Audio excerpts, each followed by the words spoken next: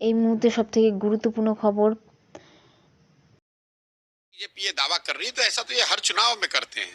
बंगाल में भी कहा 200 सीट से ज्यादा लेकर आएंगे, हर प्रोग्राम में बैठ के कहा कि 200 से ज्यादा लिख के ले लीजिए, 200 से ज्यादा आ रहा है, आए 77। किसी को प्रिसाइज नंबर नहीं मालूम होता है, वो मोदी जी को भी नहीं मालूम है और कोई साधारण सेफोलॉजिस्ट अगर बैठ के कर रहा है उसको भी मालूम नहीं है। अगर मालूम होता तो बंगाल में 200 सीट का दावा कैसे कर रहे थे, कर्नाटक में जीत का दावा कैसे कर रहे थे। आप ये बड़े राज्य छोड़ दीजिए, दिल्ली उनके नाक के नीचे एक सिटी स्टेट है, वहां पर 2015 में आम आदमी पार्टी को 67 सीट आ गया, 2020 में उनको 62 सीट आ गई और अमित शाह खड़े होकर कह रहे थे हमें 40 सीट आ रहा है, 40 प्लस सीट आ रहा है।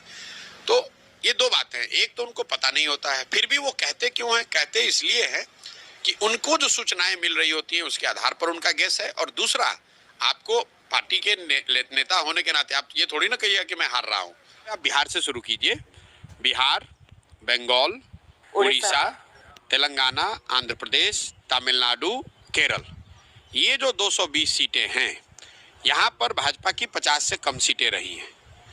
150 से ज्यादा सीट विपक्षी दलों के पास रही हैं या उन दलों के पास रही हैं जो बीजेपी नहीं है, एनडीए का हिस्सा फॉर्मली नहीं है, चाहे वो नवीन पटनायक हो, जगनमोहन रेड्डी हो, फॉर्मली एनडीए के हिस्सा नहीं रहे। तो ये 150 एमपी जीते हुए हैं जो नन बीजेपी नन एनडीए हैं।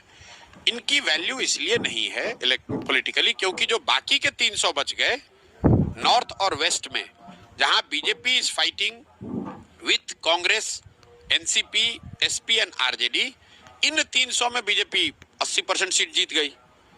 तो जब तक आप नॉर्थ और वेस्ट में बीजेपी को, अगर आप बीजेपी को नॉर्थ और साउथ में समझो, नॉर्थ और वेस्ट में अगर आपने 80 सीट में हरा दिया तो ये 80 और बाकी के जो 150 हैं वो मिलकर 230 240 हो सकते हैं।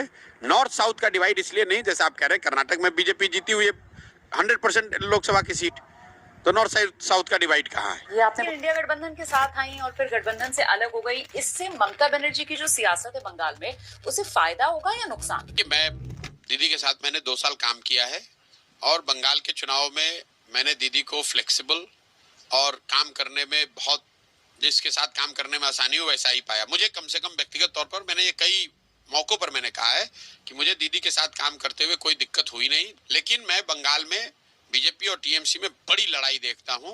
कई लोगों को जो ऐसा लग रहा है कि विधानसभा में जिस तरह की सफलता टीएमसी को मिली थी, इसका मतलब है कि बीजेपी एकदम कमजोर पड़ गई है पश्चिम बंगाल में, वो बहुत बड़ी भूल कर रहे हैं। बंगाल में BJP is a rising force और टीएमसी को बहुत बड़ी चुनौती है और टीएमसी ने अगर ठीक से चुनाव नहीं लड़ा तो उनको 2019 की तरह झटका भी लग सकता है। ये बंगाल के अंदर अभी संदेश खाली वाला मामला बहुत गर्म है, तो ये जो संदेश खाली में हो रहा है, इसको आप एक चुनावी पैतरे के तौर पर या ये मौसमी माहौल के तौर पर खबर, या फिर ये ध्रुवीकरण के लिए किया जा रहा है? जब आप सत्ता में हैं और इस तरह की घटना सही या इन टर्म्स ऑफ परसेप्शन अगर आ जाए तो सत्ता में बैठे हुए दल और नेता को उसका नुकसान होना ही होना है। ये बात आप मानकर चलिए। वो सही हो ना हो वो अलग बात है, वो तो जांच का विषय है, लेकिन in purely in terms of perception मैं इसको टीएमसी के लिए नेगेटिव मानूंगा, इसको पॉजिटिव नहीं मानूंगा।